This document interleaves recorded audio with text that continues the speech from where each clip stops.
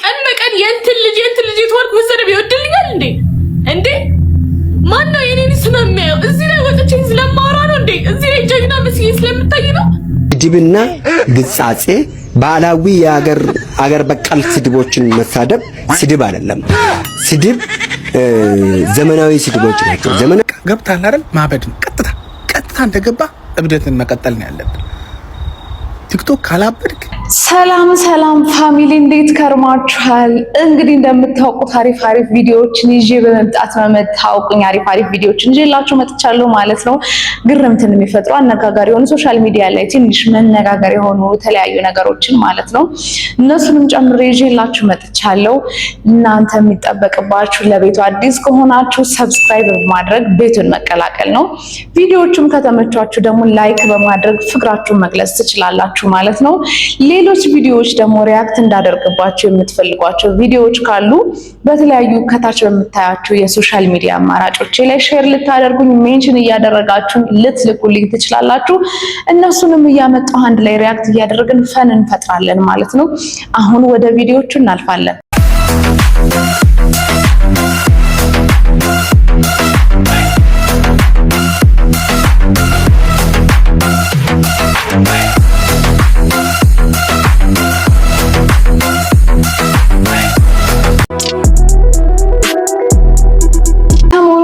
እንደምታውቁት በተለይ በባለፈው ሳምንት የምራምሯችንን ተቆጣጥሮት የነበረውና አዲስ ነገር ሚዲያውን ሽፋን አግኝቶ ትልቅ ቦታ ተሰጥቶት የነበረው የኤምኤምኤ ፋይት ነበርና አሁን ከፋይቱ በኋላ ንቃተ ህሊናም ከተሸነፈ በኋላ ወደ ሀገሩ ወደ ቦንጋ ሄዷልና በጣም ደማቅ አቀባበል ተደርጎለታል።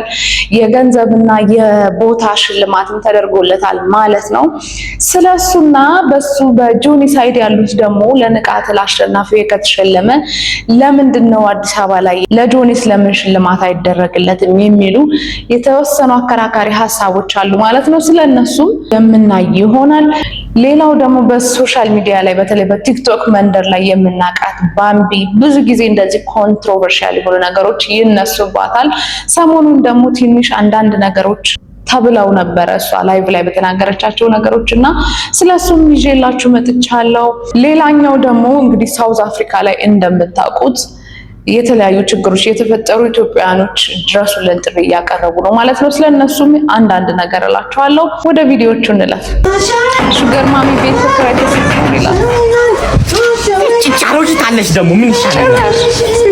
የቤት ኪራይ ማልከፈልኩም በቃ ሰውነቴ መጣቀም እኮ ነው የምፈልገው። አታፍረም? ቤት ሴፍትኔት መሰለህ? አበበሽ ጎበና ነኝ አንተን አስገብቼ ምንድነው ተከራይቼ አንዴ የምኖረው ገንዘቤ ተባርጌ ነው የቤት ኪራይ ስጠኝ እኔ ጌታ ዝም ብሎ ደሞዝ አልደረሰም። ሴትዮ አይጨቅጭቁኝ፣ እኩዮትን ይፈልጉ በቃ ደሞዝነቱ አይደል ስንት ኮላሊ ነው ያስገባ የምታጫውተው። ምን ነው ለኔ ጊዜ አነሰ ሰውነት ካልፈለክ ለቀን ስሚ፣ ይሄንን እባት የሆነ ሰውነቴ ነካካልኝ የምትይውን ነገር እዛው ወጣባልሽ አልፈልግም። ነካካን ገላይ አካሬን ደባብ ሰላም ያ መንፈስ ኃይል አረባ እግዚአብሔር እኩዮትን ይፈልጉ። ስለ እግዚአብሔርን ፍሩ እስኪ። እኔ ገና ሕፃን ልጅ ነኝ። ምነው በሰርጅና እሱ ምነው እግዚአብሔር አልቅ እሱም እኮ የሰጠን ለዚህ እኮ ነው። ካልፈለክ ለቀውልክ የኔ ጌታ ክርክር አልፈልግም። ለቀውልክ ቆይ ገንዘቤን ነው የፈለጉት? ብሬን ነው የፈለጉት? ምንድነው ሰውነቴን ነው የፈለጉት? እርሶ ሴትዮ አንዱን ስጠኝ ከሁለት አንዱን ምረጥ። ይኸውልሽ ስሙኝ፣ እዛ የቀን ሰራተኛ ነው የምሰራው። እዛ ላቤን ይወስዱታል። እርሶ እዚህ መቅኔን ይወስዳሉ። አላበዙትም እንደ ጭራሽ ከሳምንት ውልቅ በልልኝ። ለቀውጣ በቃ ይወጣሎታል። ይሄን ኮተታም ቤቶትን የእርሶን እዚህ የገማ ዕቃ መነካካት አስጠልቶኛል። ልፋት በስመ አብ ሲያስጠሉ እናቶትን ወይኔ ጭራሽ ግማታ ማሮጊት ይወጣሎታል። የእርሶን ሰውነት ከምነካ ውልቅ ብዬ ቦታ ይችላል። ነው እናቴ ከምትሆን ሴት ጋር እምግማማው ወይኔ እንዴ በዚህ ሰዓት አለ እንዴ ጋይስ? እንደዚህ ሀከራይን ቀና ብለህ ራሱ አታይም? እንዲህ አይነት ስድብ ቀርቶ የት ሰፈር ነው የተከራየው? አባቴ የት ሰፈር ነው የተከራየው? እንደው የተባልከውን ነገር ታደርጋለህ እንጂ በዚህ ሰዓት በተለይ ይህ ቤት ኪራዩ ይታወቃል። እንደዛም ሆኖ እንኳን ተፈልጎ አይገኝም። ምን ለማለት ፈልገህ ነው እንደዚህ አከራየን የምትናገረው? ምን ተማምነህ ነው? አባት የት ነው የምትሰራው? ምንድን ነው የምትሰራው? ቁጥሬን ከየት ነው ያመጣኸው? የት ነው የምታውቀኝ? ሁለተኛ እንዳትደውልሽ፣ ሁለተኛ አላማ ያለው ልጅ በ15 ዓመቱ አግብቶ በ17 ዓመቱ ይወልዳል። አንቺ በ27 ዓመትሽ ቁጥሬን ከየት አመጣው? የት ነው የምታውቀኝ? እንዴ ቁጥሬን ማን ሰጠህ? መገኛ የሚስጠው ሰይጣን የሚስጠው ዋናው መደወሉ ነው። እንግዲህ አንድ ጥላት ይኖረዋል። እሱ ይሆናል የሰጠው ስልክሽን። እኛ አላማ አለኝ። አሁን አላገባም። አላማ አለኝ። እና ታዲያ እኔ ላገባልሽ ነው? አግቢ። ምን አይነት አላማ አለኝ? እንደው ቤኪዬ እኮ ትችላለህ። እንደው አንተ ተወራን ተወላት እኮ 27 ዓመታችሁ አላማ አለኝ ለማለት ይከብዳል። ባይዘዌ ብዙዎቻችሁ ያልገባችሁ የቲክቶክ ፕላትፎርም አንድና አንድ ነው። በቃ ገብታል አይደል? ማበድ ነው። ቀጥታ ማመን ነው። እብደትን መቀጠል ነው ያለብን። ቲክቶክ ካላበድክ በተለይ እነኚህ ኮሜንታተር ኮሜንት የሚያደርጉት እጃቸው ላይ ከወደቅ ቻው አለቀ። ቀድመህ ታብዳለህ፣ ትጨልላለህ። ልክ እነሱ ጋር ስትደርስ ቀድመህ ማበድ ነው። አዘርዋይስ ከሲስተም ውጭ ነው የሚያደርጉት። ቀድማቸው ካላበድክ እውነት ደህና ነህ ሲልህ ምን አስበህ ነው ትላለህ። ኧረ ሰላም ነው ያልነው። ማንን የጠራው? ኧረ ሰላም ነው ያልነው እነማን ናቸው እያልክ የማይሆን ነገር ቀድመህ ታብዳለህ። ሰንደልህን እዚህ ጋር ትለኩሳለህ። በሱሪ ፓንትን ደርበህ መግባት ቀጥታ ቲክቶክ እንትኑ ፕላትፎርሙ ያንን ነው የሚያዘው። እዚህ ጋር መተው ሽርሽር አይሰራም። እነሱም በዛ ነው የምትመልሳቸው። ምክንያቱም አንተ ላይ መድረስ ስለማይችሉ አንተን ነው ቁጭ ብሎ ጄጅ የሚያደርጉት። ብራዘር ነግሬሃለሁ። ሂድ እንሂድ ነው አሁን ሂድ።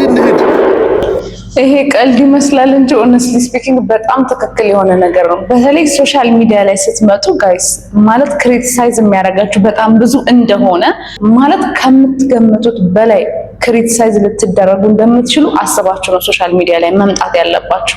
ፐርሰናሊ እኔም እንደዚህ ነው የመጣሁት። በቃ ማንም ምንም ሊለኝ ይችላል። ነገ ያልሆነ ነገር እየተፈጠረ ሊወራ ይችላል። አይ ዶንት ማይንድ። ምክንያቱም ሶሻል ሚዲያ ነው ይሄ፣ በቃ ማህበራዊ ሚዲያ ነው። ማንም ገብቶ እንደፈለገ ማለት የሚችልበት ስለሆነ ማለት ነው። እና ይሄ ትልቅ ትምህርት ነው። ራሳችሁን አሳምኑ። የምር ሶሻል ሚዲያ ላይ ወጥቶ የሚያልቅሳለ ብዙ አይነት ሰው ነው ያለው። በቃ ህዝብ ፊት ስትቀርቡ ደግሞ ማንም እንደፈለገ ሊያደርጋችሁ ልትታወቁ ነው የምትመጡት። በቃ ምንም ይሄንን ራሳችሁን ካሳመናችሁ ቀድማችሁ ከጨለላችሁ እንዳለው የሚበረታቱም ቀድሞ በጨለለው ቀድሞ ማበድ ነው።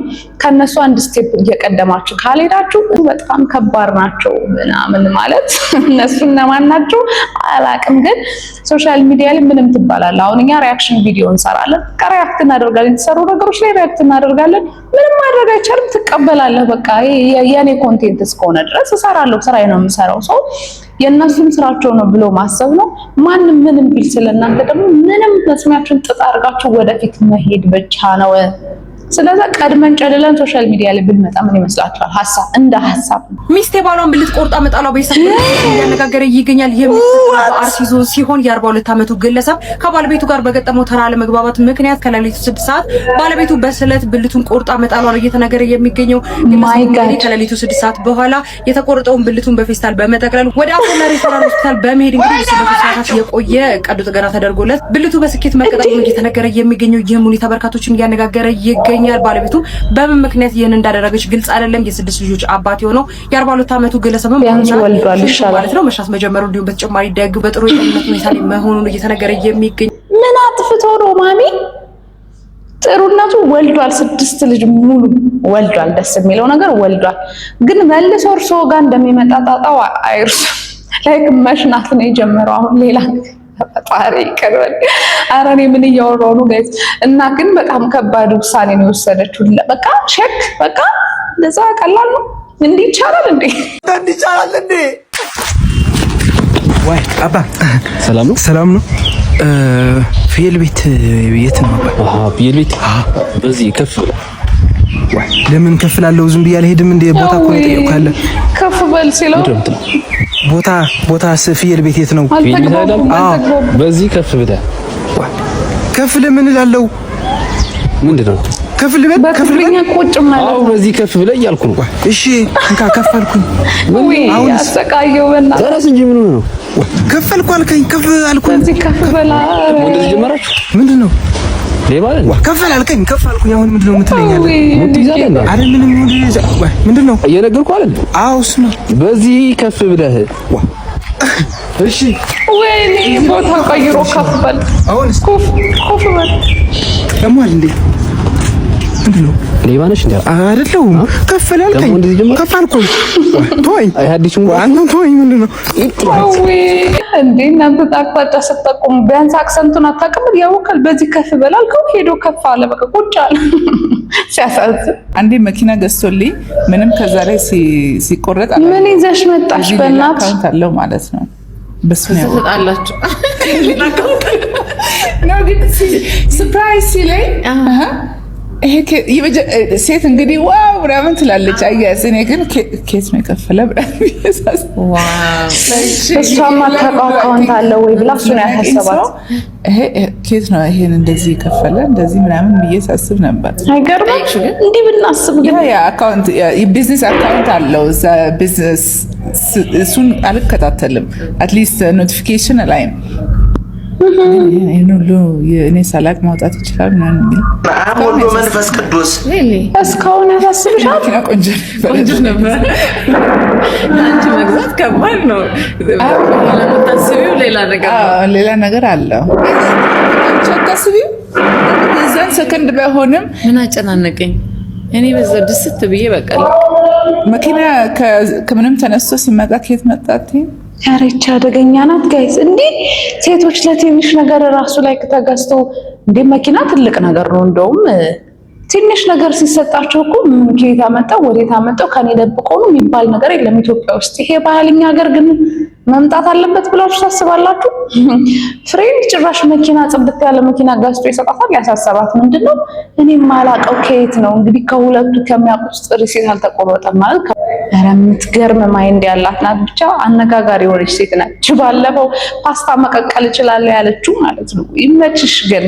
ድብና ግጻጼ ባህላዊ የአገር በቀል ስድቦችን መሳደብ ስድብ አይደለም ስድብ ዘመናዊ ስድቦች ናቸው ዘመናዊ ስድብ ብዬና ባህላዊ ስድብ ብዬ የሚለው ባለጌ ውርጃት ይሄው ስድብ አይደለም እንዴ ብልግና ነው ነገርኩ ልክስክታም ይሄ ስድብ አይደለም የምትከሰከስ ከሆነ ልክስክታም ልካጫ ባለጌ ብለህ ስትል አባት ለልጁ የሚቆጣ ነው እንጂ ይሄ ስድብ አይደለም ስድብ ዘመናዊ ስድብ የሚባለው በእናት የምትሳደብ ከሆነ አንተ ዘመናዊ ተሳዳቢ ባለጌ ተሳዳቢ በብሔር የምትሳደብ ከሆነ በሃይማኖት የምትሳደብ ከሆነ በሰዎች ማንነት የምትሳደብ ከሆነ አንተ ዘመናዊ ተሳዳቢ ስለሆንክ ክፉ ባለጌ ስድብ ተሳዳቢ ነው የኔ ግን ገጻሽ ነው መላሽ ነው አስተማሪ ነው በልምጭ የሚገርፍክ ስድብ ነው እንጂ በዱላ የሚመታ ስድብ አይደለም በሳማ ቅጠል ነው የሚገርፍክ ቄጤን ነው በሳማ ቅጠል የሚገርፍክ ይሄ አሁን ስድብ አይደለም ይሄ ድሮም እገርፋለሁ ዋ በሳማ ቅጠል ነው የሚያቃጥልህ ብሎ መሰዳደብ ድሮም እናት አባት ለልጆች የሚናገሩት ናቸው ስለዚህ ይሄ ኖርማል ነው ኧረ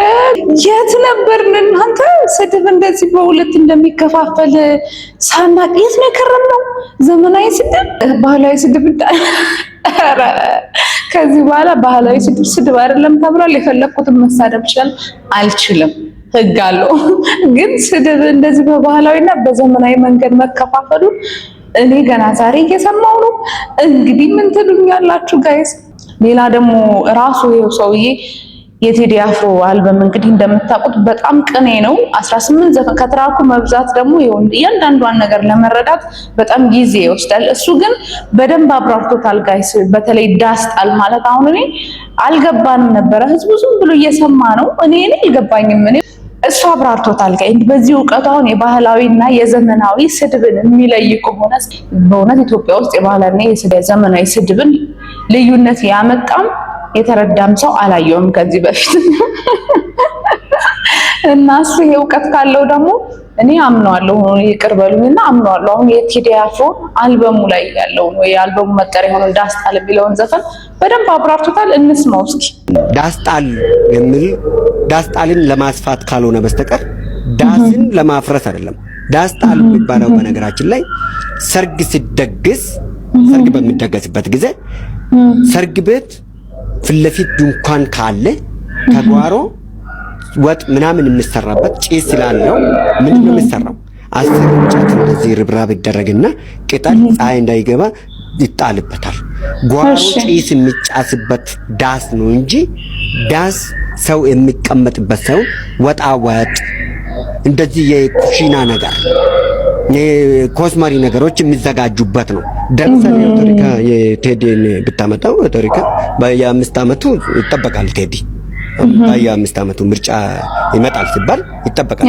ቴዲ አፍሮ ዘፈን እኛ መቻቻል አይደለም። መቻቻል አጥቶናል፣ ጨርሰናል። መቻቻል እንከባበር፣ መከባበር እንጂ መቻቻል የሚባል እኛ ጋር አይሰራም። አሁን መቻቻል የሚባል አማርኛ አልቋል። እናንተ በጣም ብዙ ምሁራን አሉ። አዳም ምንድነው መከባበር ነው። ባለበት ሆነ አንተም የኔን አክብርልኝ እኔም ያንተን አክብርልሃለሁ፣ ያም እንደዛው ያክብር። ሁሉም ተከባብሮ በራሱ መኖር አለበት። ለምሳሌ አውቶሪካ የቴዲን ብታመጣው አውቶሪካ በየ5 ዓመቱ ይጠበቃል። ቴዲ በየ5 ዓመቱ ምርጫ ይመጣል ሲባል ይጠበቃል። የቴዲ አፍሮ ዘፈን ቴዲን ላጣጥለው ፈልጌ አይደለም። የጥበብ ሰዎች በሙሉ በነገራችን ላይ በየደረጃቸው እንደየደረጃቸው መከበር አለባቸው፣ ይከበሩና ሊጠበቁ ይገባል እንጂ በእኛ ደረጃ በእኛ ዝም ብለን በአቦሰጠኝ ምን እንቆቀር አይደለንም። ሰፋ ያለ ተንተን ያለ ስለ ዳስ ጣል ትርጉም ሰምታችኋል፣ በቂ እውቀት አግኝታችኋል ብዬ አስባለሁ። እናንተ ደግሞ በየቤታችሁ እንደዚሁ ትንተና እያደረጋችሁ መፍታት ትችላላችሁ። እንግዲህ ያልገባንን ቅኔውን ነው የፈታልን እሱ። የፈለጋችሁ ተረዱት፣ ያልፈለጋችሁ ተረዱት። ምን አርጊ ነው የምትሉ? አዲስ አበባን በእንባ ያጠበው የጭካኔ ጥግ ተመልከቱት። ወጣት የ30 ዓመቱ ወጣት ኪሩቤል ከበደ አሳዛኝ አሟሟት። የአዲስ አበባ ፖሊስንም አናግረናል። መረጃውን በአጭሩ አቀርባለሁ። በፈረንሳይ ሌጋሲዮን ተወልዶ ያደገውና በተለያዩ የንግድ ስራዎች የሚታወቀው ሲያሳዝን በእግዚአብሔር ደግሞ ወጣት ነው በጣም ባለፈው አርብ ከቤት እንደወጣ አልተመለሰም። ቤተሰብ በከፍተኛ ድንጋጤ ፖሊስ ዘንድ ሪፖርት ቢያደርግም በሕጉ መሰረት የጠፉ ሰዎች ፍለጋ የሚጀምረው ከ24 ሰዓት በኋላ በመሆኑ ያ ጊዜ ለቤተሰብ እጅግ አስጨናቂ ሆኖ አለፈ። የዘገየው ፍለጋ መጨረሻ ግን ማንም ሊሰማው የማይፈልገው መርዶ መጣ። የኪሩቤል አስከሬን ብሔረ ጽጌ መናፈሻ አካባቢ ቆሻሻ ገንዳ ውስጥ በጆንያ ተጠቅልሎ ተገኘ። ገዳዮቹ የፈጸሙት ጭካኔ አይምሮን የሚዘገን ነው። ማንነቱ እንዳይለይ ፊቱን በጭካኔ ተልትለው አፉን በፕላስተር መርማሪዎችን ለማሳት ብለው የጓደኛው መታወቂያ አስከሬኑ ላይ ጥለውት ሄደዋል። በዚህ ሁሉ መሃል አይምሮን የሚፈትነው ትልቁ እንቆቅልሽ ደግሞ የኪሩቤል መኪና ምንም አይነት ጉዳት ሳይደርስበትና ሳይዘረፍ ሳሪስ አካባቢ በሰላም ቆሞ መገኘቱ ነው። ይህ ግድያ ከንብረት ዘረፋ የዘለለም ሌላ ሚስጥር እንዳለው የሚያሳየው ይሄ ነው። ዘሀበሻ ያነጋገራቸው የአዲስ አበባ ፖሊስ ከፍተኛ አማር በበኩላቸው ወንጀለኞቹ ለማሳሳት የጓደኛውን መታወቂያ ቢጥሉም ትክክለኛ ማንነቱን መለየት መቻሉንና የተጠረጠሩ ሰዎችን በቁጥጥር ስር አውሎ ከፍተኛ ምርመራ እያደረገ መሆኑን ገልጸዋል። ምርመራውም ይቀጥላል ብሏል። የወጣቱ የቀብር ማይ ጋድ በዚህ ልክ ግን በእውነት በተለይ ወጣት እንደዚህ አይነት ነገር ሲደርስበት በጣም ያሳዝናል። ወጣት ሲሞት በተለይ አሁን ላይ ያሉ ነገሮች ደግሞ አሉ። በቃ የራስን ማጥፋት ምናምን ጭራሽ ደግሞ እንደዚህ እርስ በርስ ፕሊስ በቃ እግዚአብሔር ከላይ ምሕረቱን ያወርድልን፣ እውነት ይቅር ይበለን እንጂ የኛ ኃጢአታችን ነው እንደዚህ የሚሆነው። ግን ለልጁ ቤተሰቦች መጽናናትን እመኛለሁ። እሱን ነፍሱን ይማር። በእውነት በጣም ያሳዝናል እንዲህ አይነት ነገር። እንግዲህ መግቢያው ላይ እንደነገርኳችሁ ንቃተ ህሊና ቦንጋ ከሄደ በኋላ ብዙ ሽልማቶችን አግኝቷል። እስኪ ስለነሱ ዘርዘር ያለ ነገር እንስማ። ንቃተ ህሊና በዛሬው ዕለት 400 ሺህ ብርና 100 ሄክታር መሬት በድጋሚ ተሸለመ። በትላንትናው ዕለት እንግዲህ 300 ሺህ ብርና 500 ካሬ የቤት ቦታ ተሰጥቶት ነበር። በዛሬው ዕለት ደግሞ የካፋ ዞን የጠሎ ወረዳ አስተዳደር ለንቃተ ህሊና እንደምትመለከቱት 400 ሺህ ብርና 100 ሄክታር መሬት በስጦታ መልክ ለንቃተ ህሊና አበርክተው ሰጥተውለታል። ንቃተ ህሊና እንግዲህ ለስፖርቱ ላደረገው አስተዋጽኦና ለወደፊትም እንግዲህ ማበረታቻ እንዲሆነው ይህ ሽልማት ተበርክቶለታል ማለት ነው። ንቃተ ህሊና ሽልማት በሽልማት ሆነ ነው መላችሁ። ፎሎ ማድረግ እንዳይረሳ። ካሸነፈው በላይ ጋይስ እየተሸነፈው ያገኘው ይበልጣል። እንደ ኢትዮጵያ እንደዚህ ተጀምሯል። እንደ ተሸናፊዎችን ማበረታታት ምናምን የት በደረስን። እውነት እንደዚህ ሆነን ቢሆን የተሸነፉትን ሁላችንንም እኔም ጨምሮ ያው እንትን ማለት እንወዳለን። ምንም ጥያቄ የለውም። እንኳን ስራችን ስለሆነ ነው። ግን ምንድነው ይሄ ሽልማቱ ግን በጣም ከባድ ነው። እንዴት ነው ነገሩ? እንዴት አያችሁት? ስለዚህ ኔክስት እኔ ልግባ ልቀጥቀጥ። ለምን ቅጥቅጥ እንደባባ አይቀጠቅጠኝም? እንደዚህ አይነት ሽልማቶችን እንድትሸልሙኝ ግን አደራ። የማትሸልሙኝ ከሆነ ገብቻ ልቀጠቀጥ። ምንድነው ነገሩ? እስኪ ሽልማቱን አይተን እንምጣ።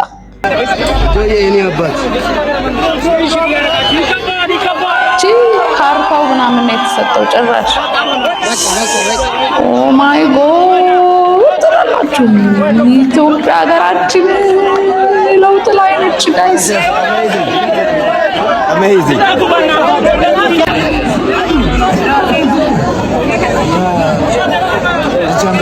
ሀገራችን እንዴት ነው?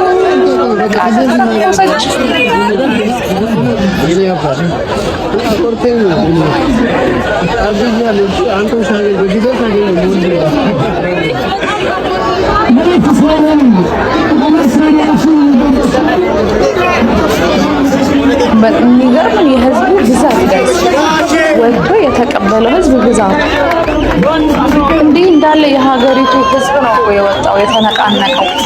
ቢያሸንፍ ደግሞ አስቡት፣ ቢያሸንፍ ምን ያደርጉለት ነበር? ተሸንፎ የሚያደርጉለት የሰጡት ምናምን። የሚገርም ህዝብ ነው፣ የሚገርም ህዝብ ነው። Respect for Bonga people. He lost in ring but won in life. በቃ ላይፉ ላይ አሸነፈ። ብዙ ታሪኮች ተቀየሩለት። ስለዚህ አንዳንዴ እንደዚህ አይነት አጋጣሚዎች፣ መጥፎ ድሎች አሪፍ ነገሮች ይዘው ይመጣሉ ማለት ነው። ነገር ግን ደግሞ አሸናፊው ጆኒ እንደምታውቁት በፕሮግራሙ በተዘጋጀው 1 ሚሊዮን ብር ሽልማት እሱም ብቻ ነው የወሰደው ማለት ነው ያሸነፈው። ለተሸናፊው ይሄን ያህል ሽልማት ከተሰጠ ለዮኒ ምንም አልተደረገለትም የሚባል ከህዝቡ ጋር የተወሰኑ ቅሬታዎች አሉ። ለአሸናፊው ለጆኒስ ሽልማት አይገባውም ትላላችሁ? ይህ ቪዲዮ የክብር ጥሪ ለጆኒ ለማድረግ ነው። የቦንጋው ንቃተ ህሊና የተደረገው ደማቅ አቀባበልና ስጦታ ለጆኒስ አይገባውም ወይ ስል ጠይቃለሁ።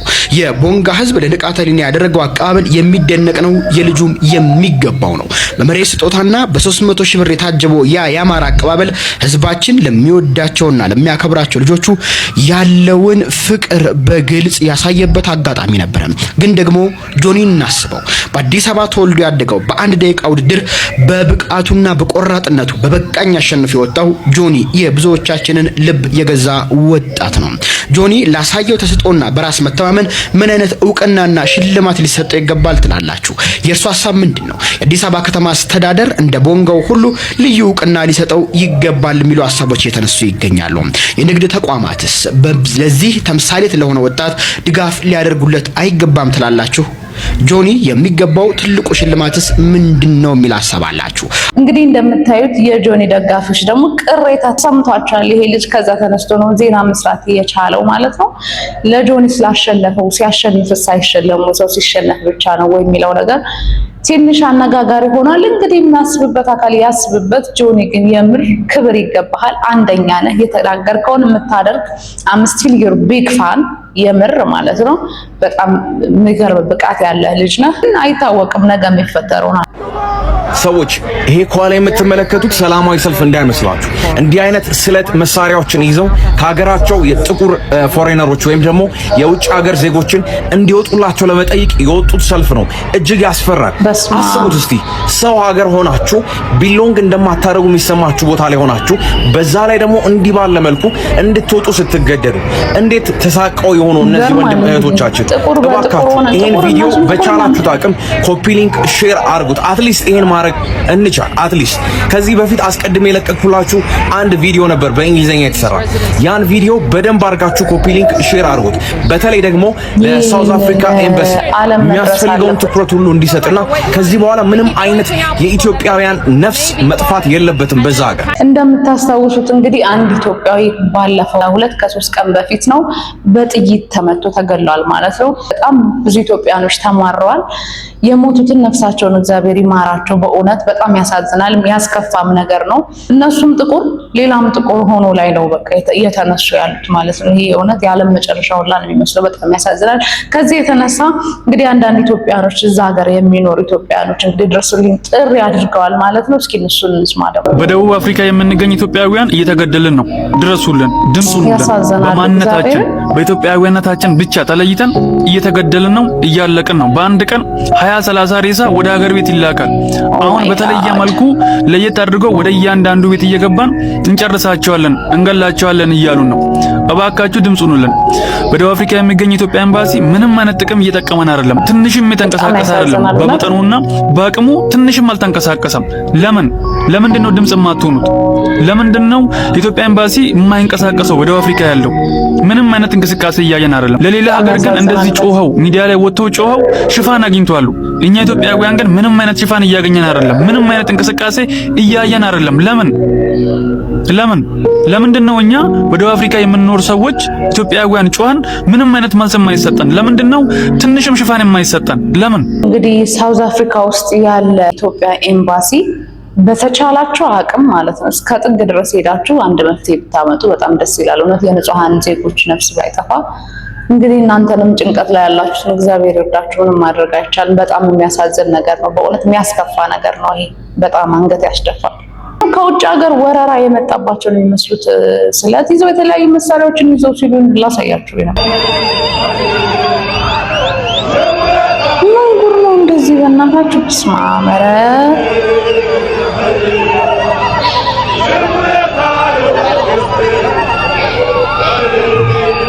ምንድነው? ራሳቸው ሰርተው አይለወጡም እንዴ? እዛ ሰው ሲቀየር እንደዚህ ነው።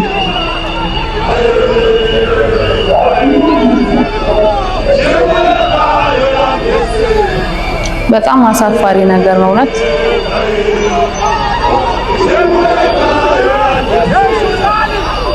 የሚመለከተው አካል ይሄንን አይቶ ለነሱ መፍትሄ እንዲያመጣላቸው ነው። አይዟችሁ ማለት ፈልጋለሁ እኔ። ሌላው ደግሞ እንግዲህ ባምቤ ሀበሻ ከዚህ በፊት ላይቭ ላይ እስኪ ያለችውን እንስማና አሁን ላይ ያለችበትን ሁኔታ እናያለን።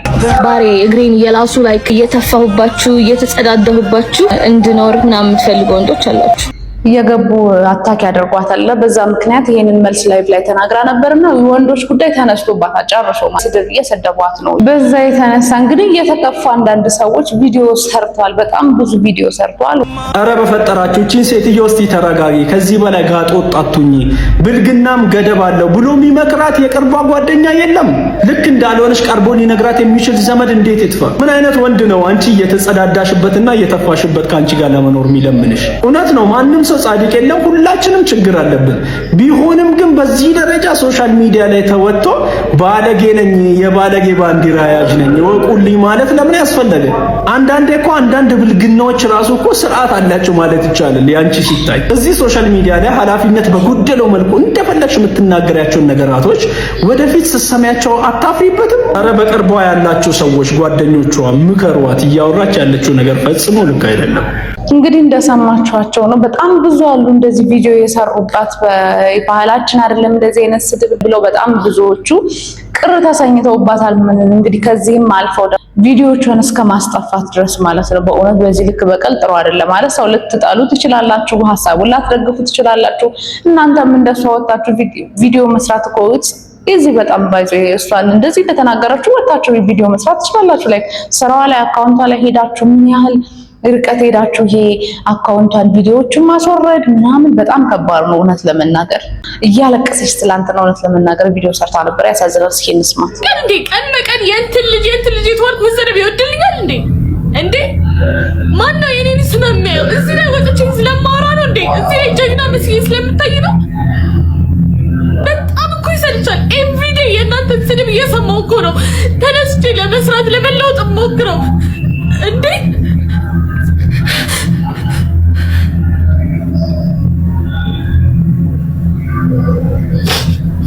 ያሳዝናል።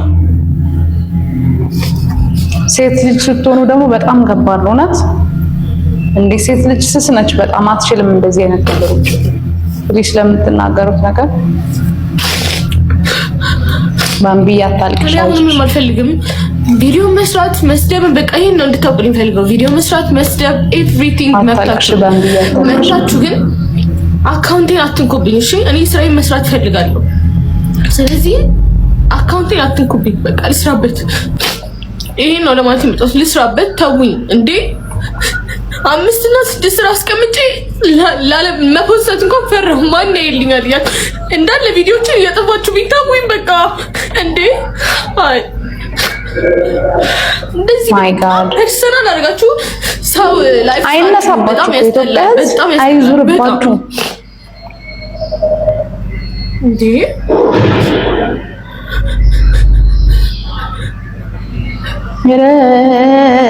ግን እኔን መቻል ነው እንግዲህ ከባድ እኮ ነው። እንዴት ምክንያቱም ሁሉንም ሰው ማስደሰት አይቻልም። እዚህ ሶሻል ሚዲያ ላይ ስፔሻሊ ባምቢያ አታልቅሽ፣ ማልቀስ አያስፈልግም። ጥሩ የሚያበረታታ እንዳለ ሁሉ የሚጥል ለመጣል የሚጥር አይጠፋም። እሱን ለመቻል ለረገጣ ራስን ሬዲ አድርጎ መምጣት ነው እናቴ። እንግዲህ ቪዲዮቻችን እስካሁን ያያችኋቸውን ይመስሉ ነበረ። ዘና እንዳላችሁባቸውና መረጃ እንዳገኛችሁ በጣም እርግጠኛ ነኝ። ቪዲዮቹ ከተመቻችሁ ላይክ አድርጉ። አዲስ የሆናችሁ ደግሞ አሁንም ለቤታችን ሰብስክራይብ በማድረግ ቤቱን ተቀላቀሉ። በተለያዩ ሶሻል ሚዲያ አማራጮች ደግሞ ሜንሽን አድርጉ። እስከሚቀጥለው ቪዲዮ እስከምንገናኝ ድረስ ሰላማችሁ ይብዛ።